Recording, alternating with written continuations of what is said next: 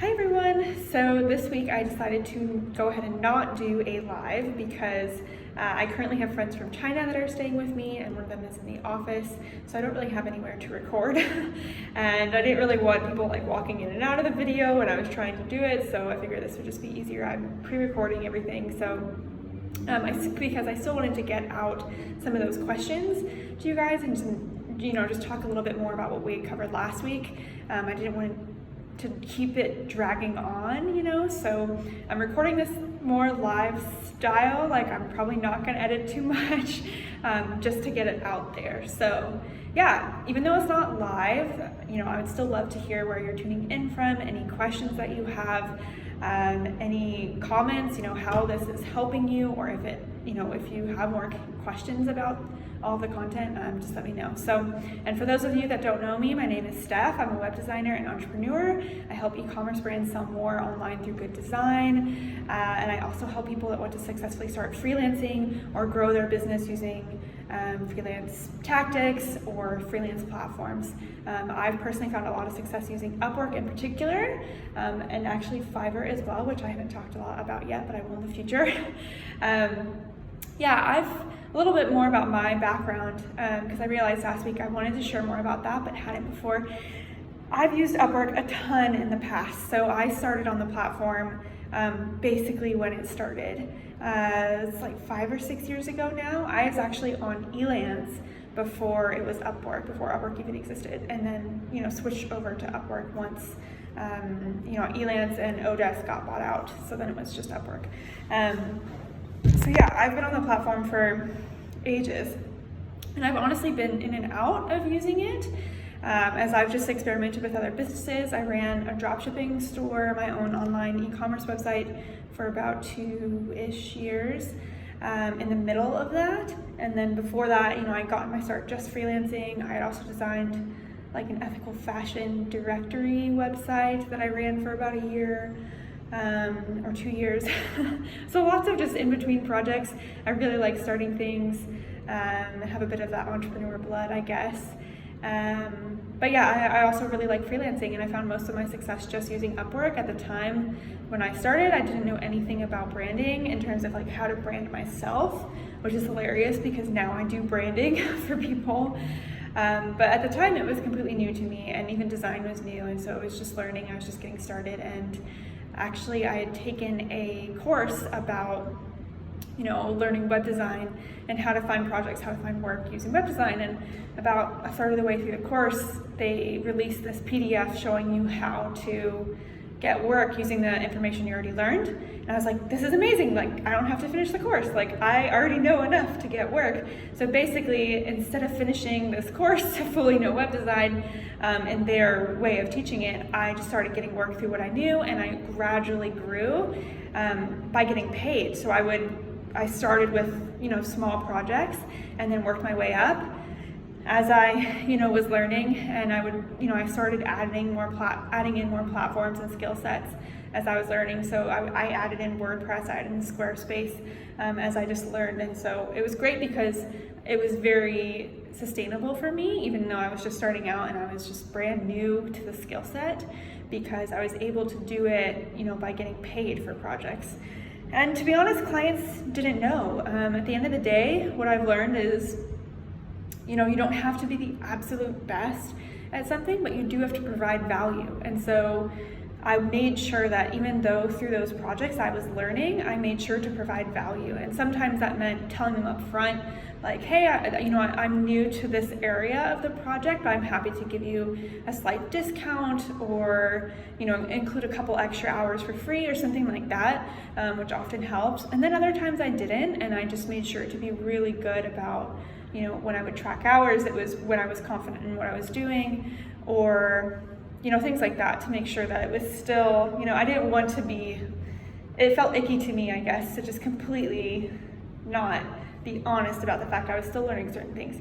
And almost everyone I worked with was 100% fine with it. They, at the end of the project, what I still delivered was great value to them, and so that's what mattered. So anyway, so to talk more about questions about Upwork and how you can use it in your business, I'm just gonna pull up some of my questions from last week. Last week was a lot. I realized I started with a really big question, and I think we're going to cover some of the similar things again this week. But let's see. Okay. I think we didn't cover this one. Okay, yes, I have about the same amount as last week, but hopefully I'll be able to get through it a little bit quicker. Okay, so Laura, again, I'm answering questions from Facebook groups. So Laura from one of these Facebook groups that I'm in said that she's not really a fan of Upwork. In addition to some of the concerns and issues that other people had already mentioned, she really dislikes their invasion of privacy. Taking screenshots of my screen and logging my keystrokes when I'm doing hourly jobs, no thanks. Okay, so this was actually the first time I've ever heard someone bring this up, and I've never thought of it because I just think it's a really, really simple way when you're doing hourly contracts to make sure that you know, that you're doing good work and you're not like on Facebook while you're working, you know, and it is in some ways an invasion of privacy for sure. Like they're, you know, taking screenshots of your screen, logging your keystrokes, but it just depends on how you view it. I can see why they do it because I think it does help freelancers be a little bit more aware of what they're doing and how they're using their time. I know for me it definitely does. Like I make sure it helps me stay more in the zone, you know, thinking about what I'm doing, and I'm less inclined to log time accidentally when I'm on a break or something like that. And everybody has different opinions about that in terms of what, you know, is acceptable. And some people say, oh, like if you take a quick 5 or 10 minute break, like it shouldn't be a problem. And yeah, to some extent it shouldn't, especially because they're logging chunks of time in about 10-minute chunks. You know, there's a lot of people outside of Upwork, a lot of freelancers charge by the half hour. And so if you have like a quick 5-10 minute break in there, like I can see why that people would say, oh, that shouldn't be a big deal. The other thing to mention here though, is you don't have to use their hourly tracker to log your hourly time. So if this is a concern for you in terms of, oh, like you don't want Upwork taking those screenshots, you don't want people to see what you're working on. You know, some people have different processes where it requires a lot of time up front for you to think about something or brainstorm. And so it's just gonna look like an empty screen. It's gonna look like you're not working even though you are. So I definitely understand that. I've hired on Upwork a lot as well, and I've worked with some people that don't really like using that tracking system, and so they'll just add their hours in manually later. So do know that adding hours manually is possible with Upwork, so you don't have to use their tracker if you don't want to do that. Yeah, that one's pretty simple. All right. Next question here comes from Maria. She had used Upwork for 4 years. Oh no, wait, we talked about this last week. So she was talking about a glass ceiling for growth in a couple areas about you know, growing her brand and growing her business in that way. And we talked a little bit about how overall it's not the best fit for that, but there are still ways to diversify, or sorry, not diversify, but to help yourself stand out on the platform, so that you do kind of, you're more prominent in a certain niche or certain style. There are ways to do that. If you're interested in that, go and watch the video from last week. I believe we talked about this closer to the end. Okay, so moving on. Vanessa, she says she's trying to figure out how to land the first high-paying client with no reputation on the platform. Okay, I love this. This is a great question because Vanessa probably fits the type of person where she has experience with her skill set. You know, she's not just starting out, she knows what she's doing, and she probably either has an existing brand, maybe not, maybe she's learned her skills through working for an existing company, but she wants to get clients, freelance clients on Upwork, but she doesn't have any reviews or reputation on the platform. So this is a really difficult situation. There's a couple different ways you can attack it, just depending on what you want to do. So the number one thing that you need to do, I would say, if you're getting started on Upwork, to help you get more projects, not to get like your first project, but to help you get continual projects, consistent projects and work, you know, longer term, is you need to start getting reviews, because that's the only way clients on Upwork can validate that you're a reputable freelancer. Alternatively, it is good if you have a portfolio, if you have a really great website with testimonials, with reviews from past clients, that could work as well. I do really think there is something to having reviews on the platform itself, because it's, you know, it's verified through that system. It's just like when you buy on Amazon. even though there's all these other brands that sell on Amazon, you're more likely to buy there because it's in the same platform. Even though you could go and see like this other brand's website, like you're probably likely to just buy on Amazon because it's all in that one marketplace, so that one little world. Same thing with Upwork. For people, especially for clients that use it often, they have different things they're going to be looking for, like your work experience, your rating on the platform, all that kind of stuff. So, so the first thing I would say in this is that it's definitely one of the most common questions and problems I see, because people, they don't know how to get started and how to get those first projects. And what she's asking about is getting high-paying clients. So here's the tricky part when you don't have reputation on the platform. It could take you some time to get consistent high-paying clients because they have no reason to believe and to trust that you're a reputable freelancer, especially with the way the platform is built. They have different ranking type systems and ratings overall for you as a freelancer. So it does really help if you want to get consistent clients on the platform to build that up first. So you may not get high-paying clients first. So yeah, that's definitely something to think about. In terms of getting consistent clients, there's a couple, or getting those first projects, there's a couple different tactics. One would be lower your rate overall, especially if you're experienced. Maybe you'd be charging $70 an hour or $90 an hour or something for a project. Maybe consider lowering it in half, because you are experienced, especially if you're in that situation where you know what you're doing. You can't afford to lower it to $20 an hour, $30 an hour for the same types of projects you're doing, where you're getting clients outside of Upwork that are willing to pay you more in that $90, $100 range or something like that. So definitely consider lowering your rate just to get that first project. I would say if you're experienced, and especially experienced enough to be within that like $70 to $100 plus an hour range, then you don't want to lower it too much, because you're going to be outside of the types of clients you want to work with. So something like $50 to $70 an hour would be a good place to start. Do know that if you're trying to land projects within that hourly range, it's going to be harder. One, to find some of those clients, and then two, to land it without experience on the platform. So you need to be really, really, really, really good about how your profile is done, like having a really filled out, optimized profile, and then sending out really good proposals. Because if you just copy and paste, it's not going to be enough, because you don't have reviews on the platform. And then if you just have a really simple bio, really simple profile without portfolio work, without links to your website or links to other work, it's not going to be enough for people to really trust that you're reputable, especially at higher prices. So you can definitely still get projects potentially at higher rates without reputation on the platform, but you have to do a really good job with those two things: your proposals and your profile. They have to be really good. And there's a lot more tips I can give you there in terms of what constitutes a good profile, what constitutes a really good proposal, but those are the two things there. The other way, the first way of approaching that is applying to lower price projects, because you're gonna have a higher chance of landing them when you don't have experience on the platform. Or alternatively, you go for those higher price projects that you want, and you be really, really, really honed in and really good about your proposals, and have a really good profile. My hunch is that would take you longer because you don't have as much experience, unless you also have like a really killer website, then possibly you would be fine. Really, in terms of getting high-paying clients, people are looking for results. So you have to have testimonials, you have to have previous experience that really solidifies that you're a professional and that you're an expert in your field in order for people to pay you those expert rates. You have to provide value.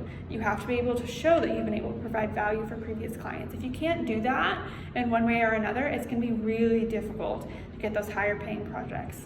Another couple tips here that are maybe a little untraditional, unconventional is like I was saying earlier, the biggest thing here is about getting those first reviews on the platform, because you can do these other things like showing your portfolio, showing your personal website, when you're just trying to get jobs without experience on Upwork, so that people can see you are experienced.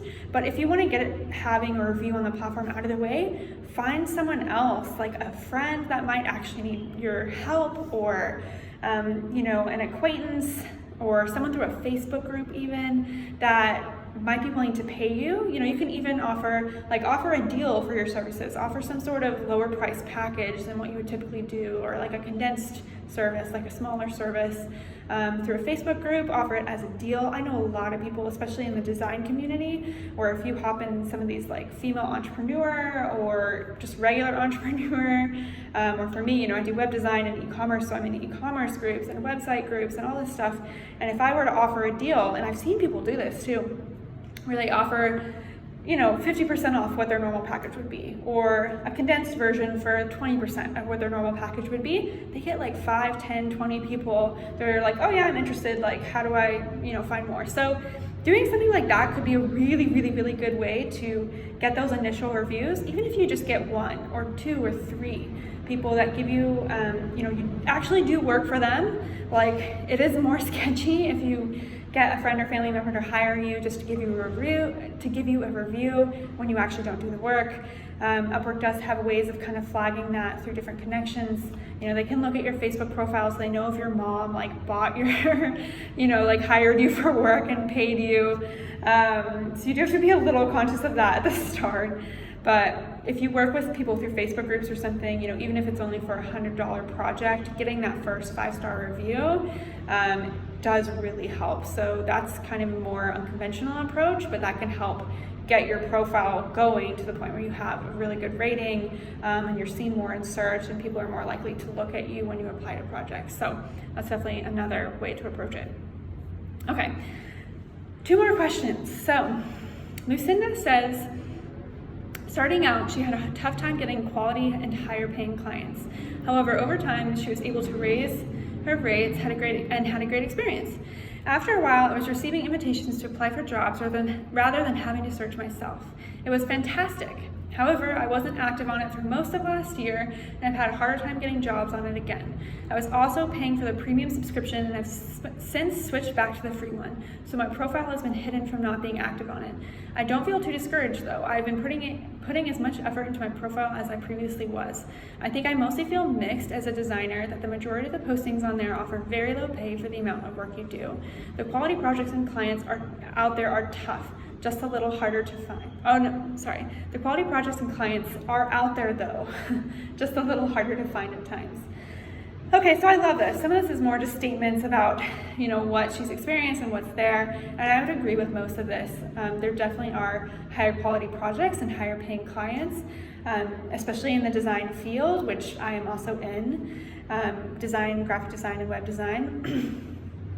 I would definitely say that in her kind of situation, paying for the premium subscription is worth it. We talked about this last week as well, with paying for the premium subscription and having a different way to view the Upwork fees can really help you succeed and kind of propel yourself in your business while using Upwork. It really is an investment more than it is just a fee. It is a fee, but if you can kind of make that mindset shift to viewing it as an investment in your business and all of the value that the platform brings, by you not having to do your own marketing and reaching out cold leads and doing lead gen and all this stuff, it really is worth the amount that you pay for having access to warm leads, having access to people that are willing to hire you on the spot, basically.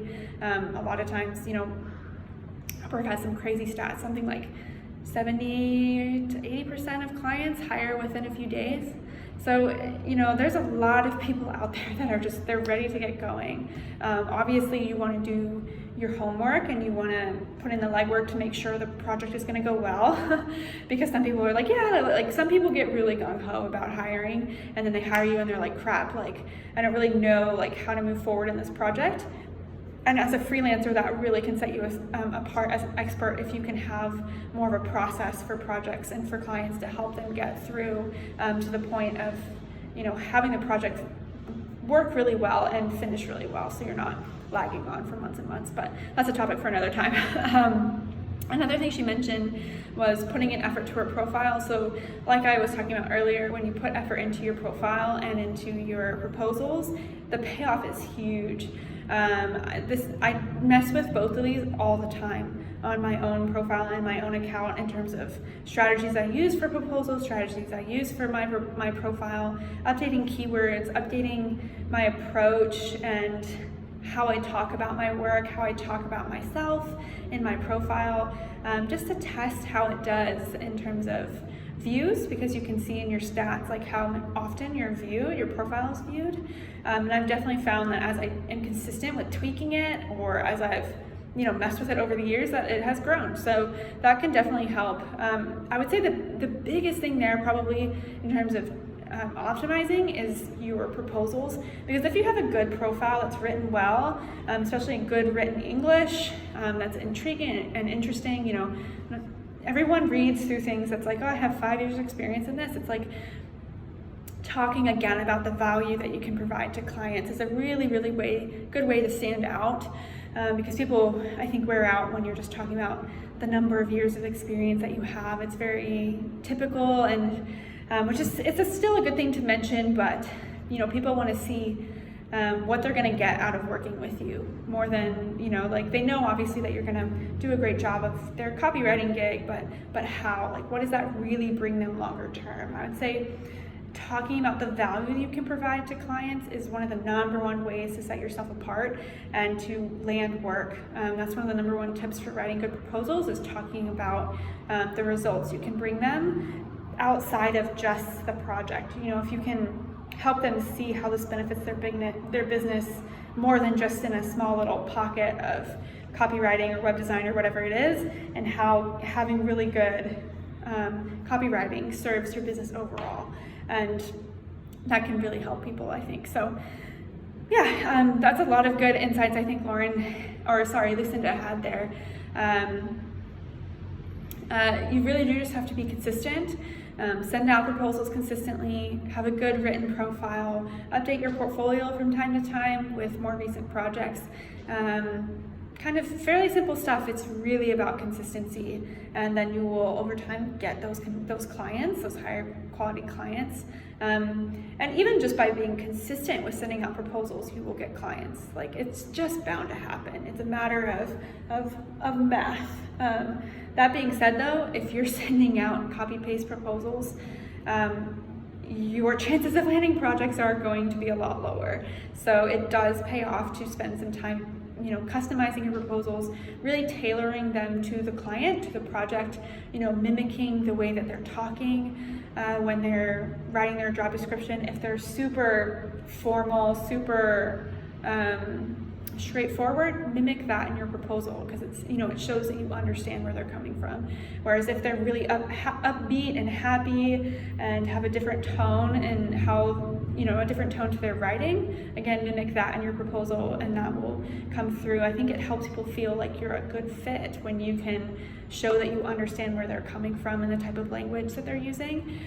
This is definitely a nuanced thing, and I would say this is probably one of the most difficult things for non-native English speakers, and I have a lot of empathy and sympathy for you there, especially living in Thailand. I can definitely understand how hard it can be to really feel like you connect with somebody when you can't fully speak the language. So that can be really difficult, but I would definitely say do your best in trying to mimic that, or even consider hiring someone.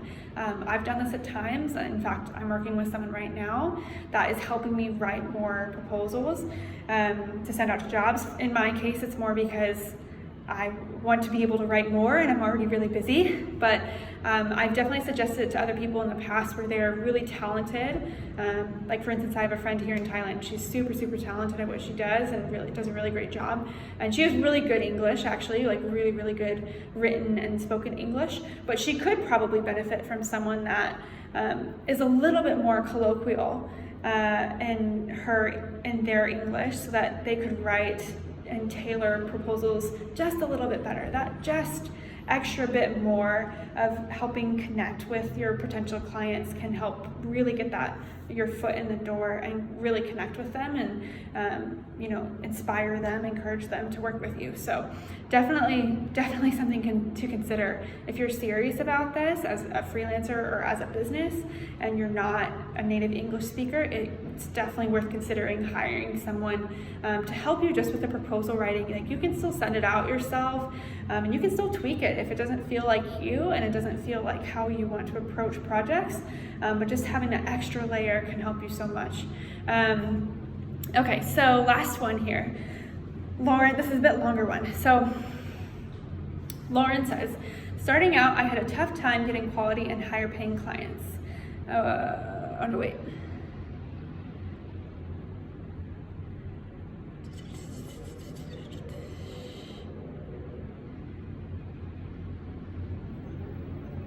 Sorry, I'm just making sure this is the right one. I think I might have copied it twice.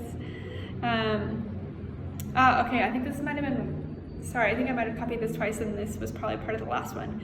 But I did want to comment on kind of her second comment.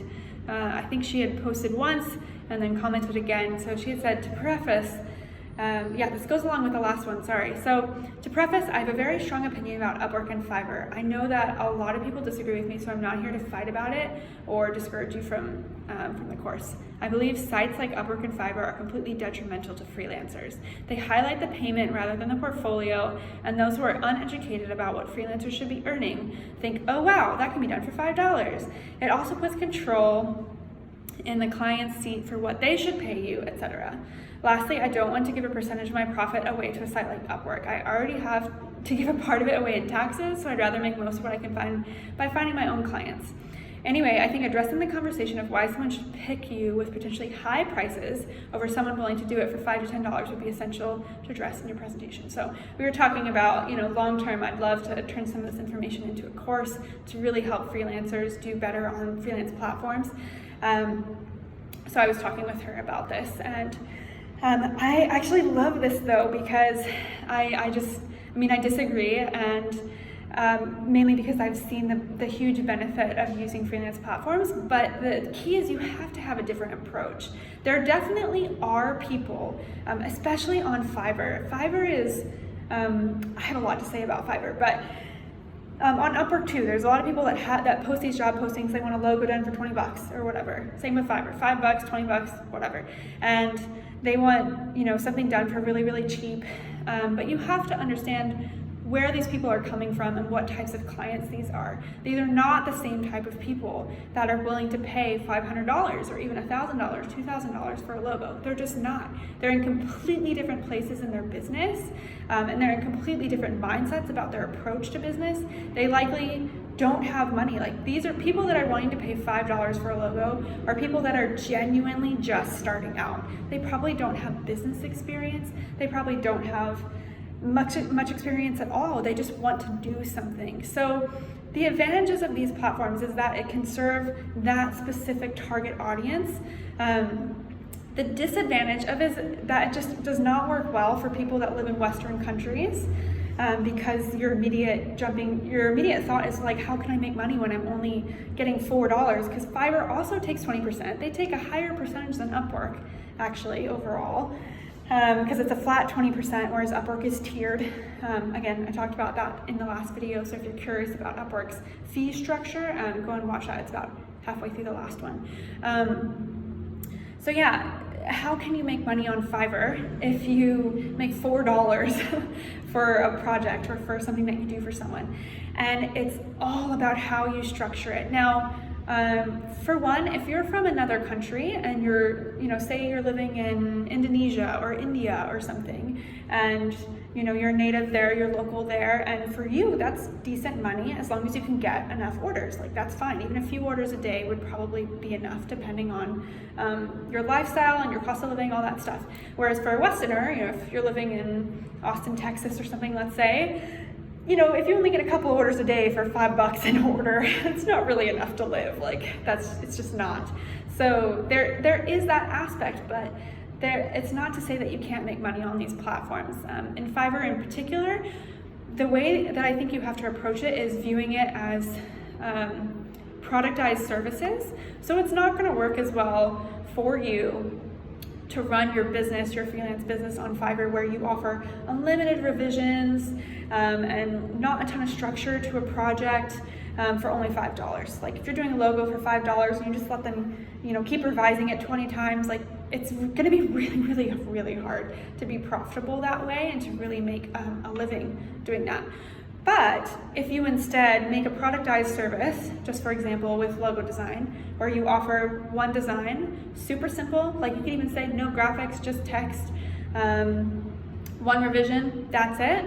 If you can churn those out, one logo every 10 minutes, one logo every 20 minutes, if you were able to get enough volume of orders, that could be sustainable for you. So just to give you some context and some background there, I actually did do this on Fiverr for about 2.5 years. And there's more nuances to it as a platform because it is kind of geared more like a marketplace. So you're competing on a lot of different things. You're competing on the quality of your listing, of your gig. You're competing on how it looks in search. And absolutely you're competing with based on rank. So if your gig doesn't rank well, like let's say, like for example, I'll just keep using this because this is what I actually did. I did logo design. I did exactly that. I had super structured offerings, super simple. When I was first starting, I did price them at $5, but then over time I raised it and I had tiers up to like $200, $300. And I was successful with that. I made $2,000 to $3,000 a month some months even more than that, just doing Fiverr. Like that was it. And that's a base level. My gigs would often rank, I would have a few in the same category, and so some of them would rank 2 or 3 on the first page, and that was key. Like if your gigs are not ranking well, like if you're on like page 3 even, like you're gonna have a much harder time making a platform like Fiverr sustainable for you. So you have to be on page 1. Ideally you want to be in the first 2 lines, like the first 2 rows of gigs, and then you'll get enough volume. So from there, I even had competitors of mine who I talked to that their starting price was $20 or $50 even, and they were like the #1 spot like all the time. I don't know how they did it, but it was because I tweaked so much with my listings, with my gigs, but they were the #1 spot. And with a starting price of $20, $50, and I could guesstimate, I was getting 10 to 20, probably closer to 10 orders a day for new logos, for new orders. And so if I was only at the like number 10 spot and she was at #1 and she was starting at 20, then you can just do the math to see about how much she's making. But it's give or take. Maybe it's a little bit more, maybe it's a little bit less because you don't actually know how many gigs she's working on at once, but it can definitely work as a business model. And that's just if you're doing it yourself. There's also ways to do it where you outsource, which I also did at a certain point, where I had other people that were working for me on those orders so that I could focus on higher priced clients, higher priced work that I was getting outside of Fiverr. So yeah, that's my advice. If you want to approach Fiverr, I'll do some more videos on this in the future, but you just have to view it differently. If you're coming at it from this perspective of like, oh, it's so low, oh, it's just like a drive, to the bottom, a race to the bottom, as cheap as you can get, you just have to think about it differently in terms of how you package your gigs, your offerings. What type of people are really buying those services? Think about what they actually need. Like part of the reason they're not willing to pay you $500 for a logo is because they just don't need it yet. They're not at that place. Whereas there's a lot of other people in different places, different spots and different corners of the internet and of the world that do need those services. So it's all about your approach, and same with Upwork. You do have a lot more variety, I think, on Upwork in terms of clients, but there definitely is that pocket, and this is where most people get hung up. This is where most people think, or where Upwork kind of gets a bad reputation, is that, oh, it's just people that are, only want to pay $5 to build an Airbnb replica. There are those people, but there's also a lot of people that use it professionally, that want to hire professionals. There's especially people, I think, between that like $50 to $70 an hour range, where maybe they're not at the point where they want to hire like a separate agency or studio, but they want an experienced freelancer, and they don't want to deal with communicating with someone else in broken English that can do it for a fraction of the cost, but it's going to take them 20 times longer. You know, they want to get the project done well, they want to get done right the first time, and they're willing to pay for that. There are those people out there.